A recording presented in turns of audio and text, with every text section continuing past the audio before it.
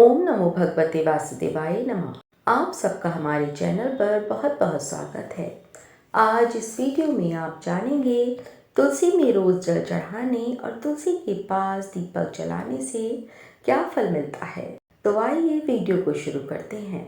लेकिन दोस्तों, वीडियो को शुरू करने से पहले अगर आप हमारे चैनल पर नए हैं और पहली बार आए हैं तो हमारे चैनल को अवश्य सब्सक्राइब करें और नोटिफिकेशन बेल को ऑन करें, जिससे आपको हमारी आने वाली वीडियो की जानकारी शीघ्र प्राप्त होती रहे और आप इस जानकारी का लाभ उठाते रहें। दोस्तों, एक बार की बात है, देवी सत्यभामा भगवान श्री कृष्ण के पास आती हैं और उनसे पूछने लगती हैं, हे स्वामी, आप नित्य तुलसी को जल देते हैं और देवी रुक्मणी नित्य तुलसी के पास दीपक जलाती हैं, इसके पीछे क्या रहस्य है?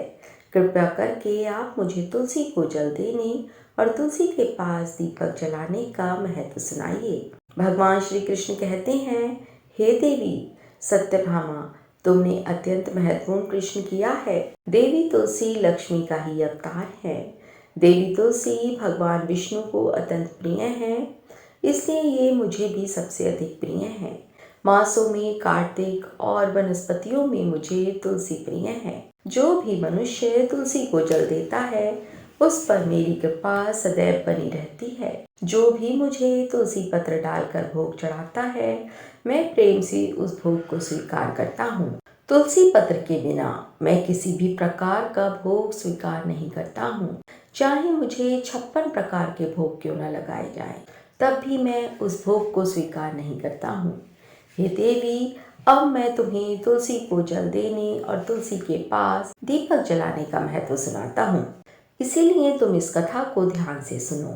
जो भी स्त्री इस कथा को ध्यान से पूरा सुनती है वह सदा सुहागिन रहती है। उसके घर में सुख समृद्धि आती है और दरिद्रता का नाश हो जाता है। देवी सत्यभामा कहती हैं, हे स्वामी, मैं इस कथा को ध्यान से पूरा सुनूंगी, कृपया आप मुझसे ये कथा कहिए। तब भगवान श्री कृष्ण देवी सत्यभामा को वह कथा सुनाने लगते हैं।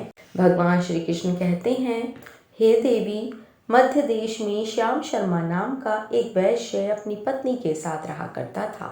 वैश्य के पास किसी चीज की कोई कमी नहीं थी। ईश्वर की कृपा से उसके पास सब प्रकार के सुख ऐश्वर्य थे, किंतु उस वैश्य की कोई संतान नहीं थी, जिस कारण से वह सदैव ही दुखी रहा करता था। उसे वैद्य ने संतान प्राप्ति के कई उपाय बताए। उसने दान धर्म किया, अनेक प्रकार के वैद्य भी बुलाए, उसने नाना प्रकार के उपचार भी करवाए, किंतु फिर भी उसे कोई संतान नहीं हो रही थी। फिर एक दिन वह वैश्य महामुनि वशिष्ठ जी से मिलने उनके आश्रम पर गए। मुनि वशिष्ठ श्याम शर्मा का स्वागत करते हैं और कुशल मंगल पूछते हैं। तब वह श्याम शर्मा मुनि शिष्ट जी से कहते हैं, हे मुनि, मैं अत्यंत दुखी हूँ। मेरे कोई संतान नहीं है और संतान के बिना मेरा उद्धार कैसे होगा। मैंने संतान प्राप्ति के लिए अनेक उपाय भी किए, किंतु मुझे संतान नहीं हो रही है। कृपया आप ही बताएं कि मुझे किस कारण से पुत्र प्राप्ति नहीं हो रही है। क्या मुझसे जाने अनजाने में कोई पाप हुआ है? तब मुनि वशिष्ठ जी ने अपनी दिव्य दृष्टि से श्याम शर्मा के पूर्व जन्म के बारे में जाना और फिर श्याम शर्मा को बताया। वशिष्ठ जी कहते हैं, हे वत्स, पिछले जन्म में तुम्हारे द्वारा घोर पाप हो गया था।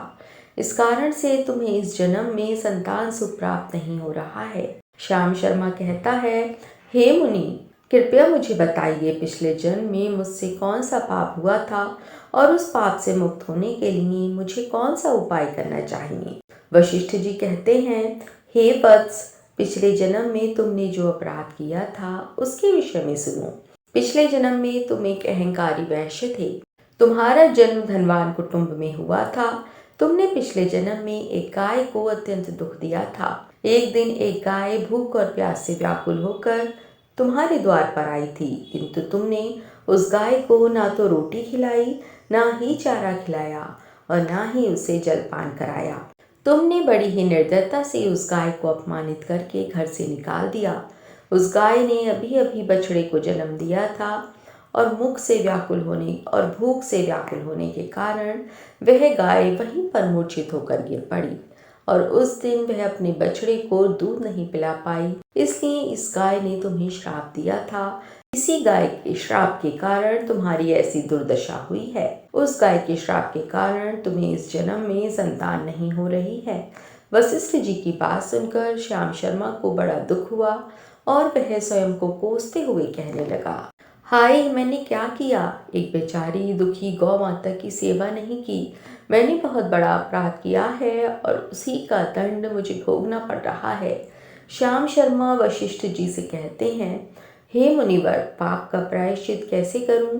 कृपया आप ही मुझे मार्गदर्शन दीजिए। मैंने जो पाप किया है उससे मुक्ति का कोई उपाय तो अवश्य होगा। मैं अपना सब कुछ देकर उस पाप का प्रायश्चित करूंगा। कृपया आप ही कोई उपाय बताएं। मुझे संतान प्राप्ति कैसे हो सकती है? क्योंकि शास्त्र कहते हैं पुत्र के बिना मनुष्य का उद्धार नहीं हो सकता। तब मुनि वशिष्ठ कहते हैं, हे वत्स, इस पाप का एक ही उपाय है। तुम पुत्र प्राप्ति के लिए पुत्र यज्ञ करो। इसी यज्ञ के फलस्वरूप तुम्हें संतान की प्राप्ति होगी। इस यज्ञ को संपन्न करके तुम ब्राह्मण को भोजन कराओ, वस्त्र और गाय का दान करो, तभी तुम्हें इस पाप से मुक्ति मिलेगी। तब श्याम शर्मा वशिष्ठ जी को धन्यवाद देते हुए कहता है कि हे मुनिवर, आपका कोटि कोटि धन्यवाद। मैं आपके कहे अनुसार अवश्य ही पुत्र यज्ञ करूंगा और ब्राह्मणों को गायों का दान करूंगा। इतना कहकर वह श्याम शर्मा शीघ्रता से अपने घर लौटता है और अपनी पत्नी को सारी हकीकत सुनाता है। फिर वे दोनों ही पुत्र यज्ञ की तैयारी करते हैं। अनेक ऋषि मुनियों को निमंत्रण देकर वह श्याम शर्मा पुत्र यज्ञ संपन्न करता है और उन ऋषि मुनियों तथा ब्राह्मणों को गाय का दान करता है। यज्ञ के संपन्न होने के पश्चात यज्ञ की आग से अग्निदेव प्रकट होते हैं और उस श्याम शर्मा से कहते हैं, हे श्याम शर्मा, आज तुम्हारा यज्ञ सफल हुआ है। तुमने पुत्र प्राप्ति के लिए ही यज्ञ किया था, इसीलिए तुम्हें मेरी कृपा से एक पुत्र की प्राप्ति होगी। किंतु तुम्हारे पुत्र की आयु केवल 18 वर्ष की ही होगी और 18 वर्ष की आयु समाप्त होने के पश्चात तुम्हारे पुत्र की मृत्यु हो जाएगी। इतना कहकर अग्निदेव अंतर्ध्यान हो गए। पुत्र यज्ञ करके और अग्निदेव से पुत्र का वरदान प्राप्त करके वह श्याम शर्मा बहुत प्रसन्न हुआ, किंतु उसे बड़ा दुख भी हुआ। श्याम शर्मा ने सोचा, पुत्र ना होने से अच्छा है कमाइयों वाला पुत्र ही ठीक है। फिर वह पहले की तरह अपने कार्य में लगा रहा तथा कुछ दिनों के पश्चात उसकी पत्नी ने गर्भ धारण किया। श्याम शर्मा ने पुत्र के जन्म से पूर्व किए जाने वाले सभी संस्कार किए और फिर उसे एक अत्यंत सुंदर पुत्र की प्राप्ति हुई। वह बालक बड़ा ही तेजस्वी दिखाई पड़ रहा था। श्याम शर्मा ने पुत्र के जन्म के बाद किए जाने वाले भी सभी संस्कार किए और पुत्र को गुरुकुल में शिक्षा प्रदान करने के लिए भेज दिया।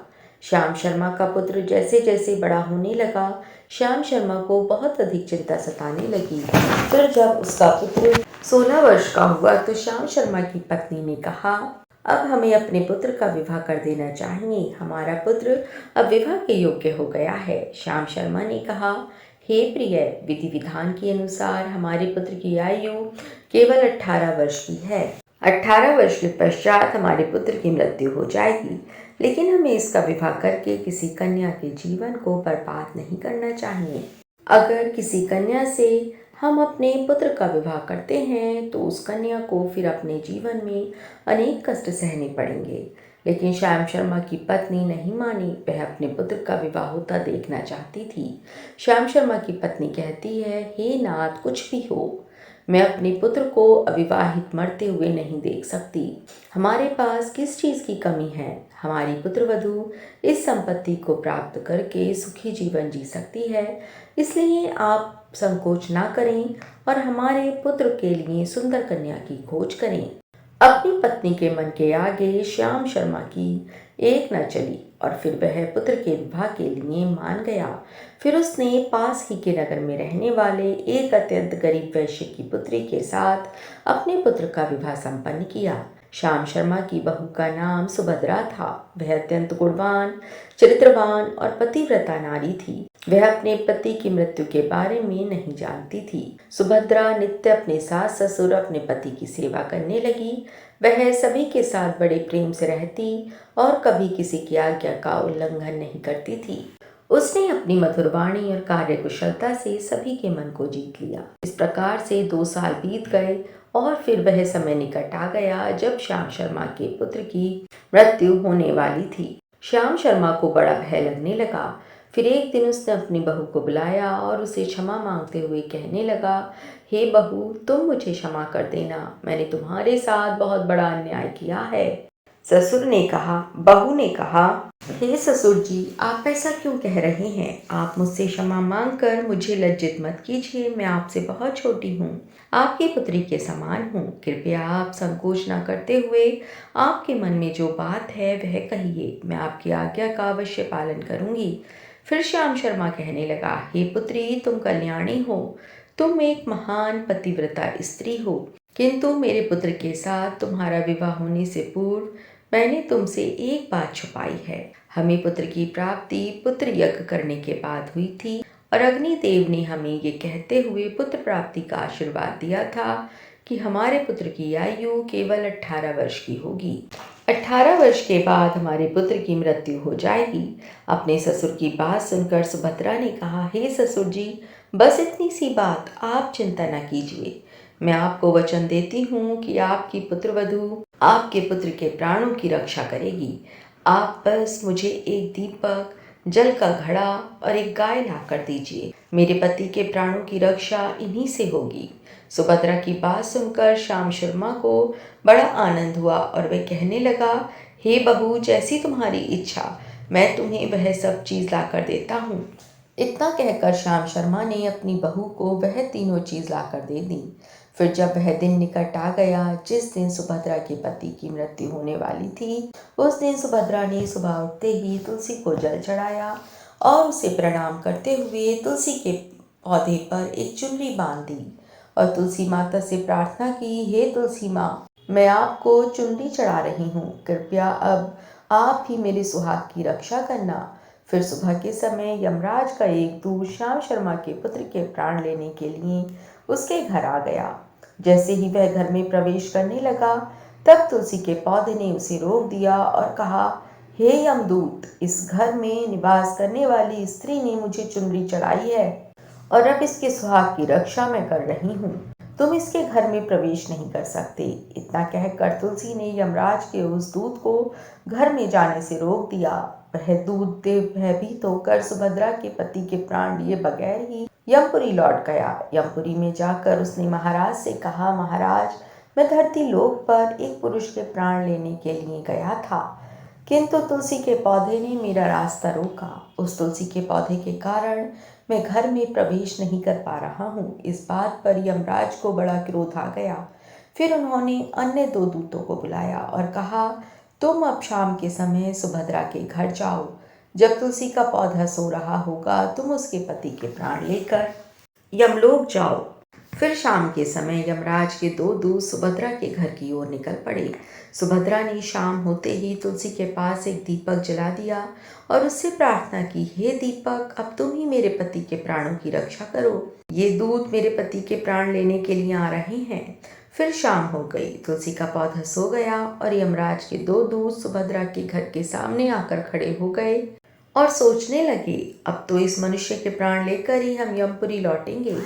जैसे ही यम के दूत सुभद्रा के घर में प्रवेश करने लगे, तुलसी के पास लगाए हुए दीपक ने उनका रास्ता रोक दिया और कहा, हे दूतों, तुम अब इस सुभद्रा के पति के प्राण नहीं ले जा सकते। उस स्त्री ने मुझे प्रज्वलित करके अपने पति के प्राणों की रक्षा करने की प्रार्थना की है, इसलिए अब मैं उसके पति के प्राणों की रक्षा कर रही हूँ।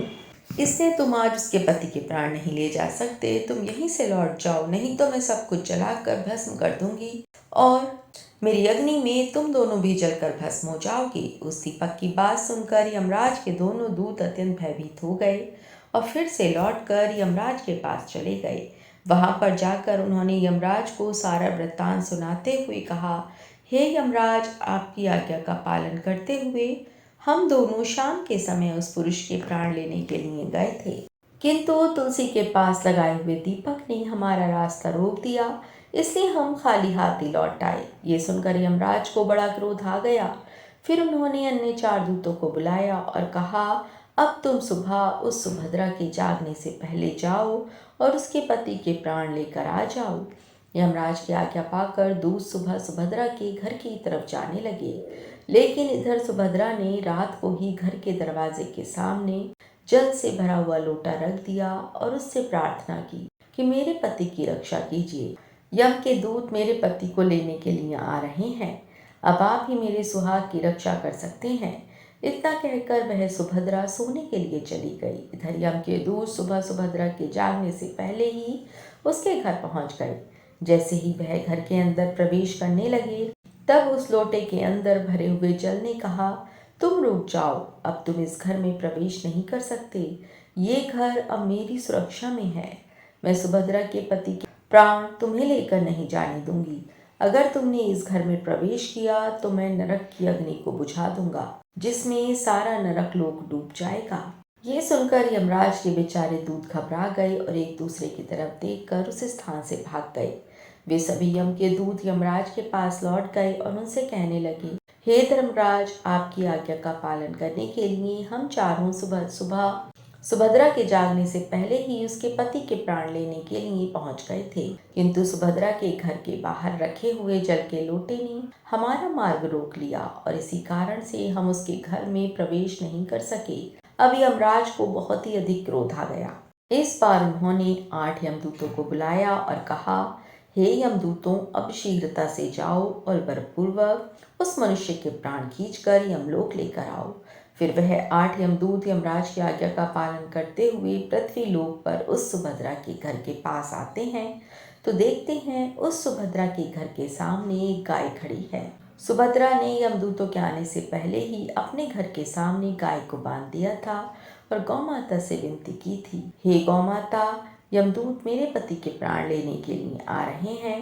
अब आप ही मेरे सुहाग की रक्षा कर सकती हो। हे गौ माता, मैं आपकी शरण में आई हूँ, कृपया मेरे पति की रक्षा कीजिए। उस गाय ने कहा, हे पुत्री, तुम चिंता मत करो, तुम्हारे पति के प्राणों की रक्षा मैं स्वयं करूंगी। मेरे होते हुए यम के दूत तुम्हारे घर में प्रवेश नहीं कर पाएंगे, इसलिए तुम चिंता से मुक्त होकर घर में अपने पति की सेवा करो। फिर जैसे ही वे यमदूत घर के अंदर प्रवेश करने के लिए आगे बढ़ते हैं, तब वह गाय उन्हें रोक देती है और कहती है, इस घर में तुम लोग प्रवेश नहीं कर सकते। इस घर की रक्षा मैं कर रही हूँ। मेरे रहते कोई भी इस घर के अंदर प्रवेश नहीं कर सकता। यदि तुमने घर के अंदर प्रवेश करने का प्रयत्न किया तो मैं तुम सभी को श्राप दे दूंगी। अगर तुम्हें इस घर के अंदर प्रवेश करना है तो तुम्हें पहले मेरे प्राण लेने पड़ेंगे और तुम सभी को गौ हत्या का पाप लगेगा, जिसका कोई प्रायश्चित नहीं है। वहां पर उपस्थित सभी यमदूत गाय के द्वारा श्राप देने की बात सुनकर भयभीत हो गए। वे जानते थे कि गाय के द्वारा दिए गए श्राप से कोई मुक्त नहीं हो सकता और गौ हत्या तो संसार का सबसे जघन्य अपराध और महापाप है, जिसका कोई प्रायश्चित भी नहीं है। इसलिए वे सभी वहां से लौटकर यमराज के पास चले गए। यमपुरी जाकर उन यमदूतों ने यमराज को सारा वृतांत सुनाते हुए कहा, हे धर्मराज, उस सुभद्रा के पति के प्राणों की रक्षा एक गाय कर रही है। उस गाय ने हमें श्राप देने की बात कही, इसलिए हम सभी भयभीत होकर वापस लौट आए हैं। हम में गाय का सामना करने की शक्ति नहीं है। उन यमदूतों की बात सुनकर यमराज आग बबूला हो गए और स्वयं भैंस पर सवार होकर पृथ्वी लोक की ओर निकल पड़े। यमराज अपने भैंसे पर सवार होकर उस सुभद्रा के घर के पास चले आते हैं। यमराज को अपने घर के सामने खड़ा हुआ देखकर सुभद्रा भयभीत हो जाती है और जल्दी से आकर यमराज के चरण स्पर्श करके उन्हें नमस्कार करती है और उनकी स्तुति करने लगती है। हे यमराज, आप तो तीनों लोकों के प्राणियों पर कृपा करने वाले महान देवता हैं। इस संसार के समस्त प्राणियों के पाप और पुण्य का लेखा जोखा आप अपने पास रखते हैं। हे न्याय के देवता धर्मराज, मैं सत्य धर्म का पालन करने वाली पतिव्रता स्त्री हूँ। मैं आपको बारंबार नमस्कार करती हूँ, कृपया मुझे आशीर्वाद दीजिए। सुभद्रा के द्वारा की गई स्तुति से यमराज अत्यंत प्रसन्न होते हैं और उसे अनजाने में ही सदा सुहागन रहो का ऐसा आशीर्वाद दे देते हैं। फिर जब यमराज सुभद्रा के पति के प्राण ले जाने के लिए आगे बढ़ते हैं तो सुभद्रा कहती है, हे धर्मराज, आपने अभी मुझे सदा सुहागन रहने का आशीर्वाद दिया है और अब आप मेरे पति के प्राण लेने जा रहे हैं। इससे तो आपका आशीर्वाद झूठा साबित हो जाएगा। ये सुनकर धर्मराज रुक जाते हैं और सुभद्रा की ओर देखकर मुस्कुराने लगते हैं। सुभद्रा के निर्मल हृदय और अपने पति के प्रति समर्पण के भाव को देखकर यमराज अत्यंत प्रसन्न होते हैं। सुभद्रा की ओर देखकर यमराज कहते हैं, हे पुत्री, आज तुमने साक्षात मृत्यु को पराजित किया है। मैं तुम्हारे पतिव्रत धर्म से अत्यंत प्रसन्न हूँ। अब मैं तुम्हारे पति के प्राण छोड़ देता हूँ। तुम्हारी जो भी मनोकामना है वह मुझसे मांग लो। तब सुभद्रा ने कहा, हे धर्मराज, मैं अपने पति के लिए 100 वर्ष की आयु मांगती हूँ। मेरे लिए मेरे पति ही परमेश्वर हैं। मैं अपने पति को छोड़कर जीवित नहीं रह सकती, इसलिए आप मुझे यही वरदान दीजिए। तब यमराज प्रसन्न होकर कहते हैं, तथास्तु। हे कल्याणी, आज से जो भी स्त्री अपने घर के सामने तुलसी का पौधा लगाती है, तुलसी के पास शाम को दीपक जलाती है, जिस घर के सामने गाय बंधी होती है और जो स्त्री अपने घर के सामने जल का लोटा रखती है, उसके घर में कभी मेरे दूत प्रवेश नहीं करेंगे। इतना कहकर यमराज उस स्थान से अंतर्ध्यान हो जाते हैं। भगवान श्री कृष्ण कहते हैं, हे देवी, इस प्रकार से उस सुभद्रा ने अपनी पतिव्रता व्रत का पालन करके उसकी मृत्यु को टाल दिया था। इसलिए जो भी स्त्री अपने घर पर तुलसी का पौधा लगाती है, रोज शाम को तुलसी के पास दीपक जलाती है, उसके घर में मृत्यु प्रवेश नहीं करती है। जिस घर के सामने गाय बंधी होती है, उस घर में कभी दुख दरिद्रता नहीं आती है। जो स्त्री अपने घर के सामने जल से भरा हुआ लोटा रखती है, उसके घर में कभी शोक नहीं होता है। तो दोस्तों, इस प्रकार से भगवान श्री कृष्ण ने देवी सत्यभामा को तुलसी के पास दीपक जलाने का महत्व सुनाया। जय श्री कृष्ण। दोस्तों, आपको ये कथा कैसी लगी? कृपया कमेंट करके ज़रूर बताएं। वीडियो पसंद आया हो तो लाइक करें, कमेंट में जय श्री कृष्ण अवश्य लिखें और ऐसी ही बहुत सारी कहानियों को सुनने के लिए चैनल को सब्सक्राइब ज़रूर करें। धन्यवाद। राधे राधे।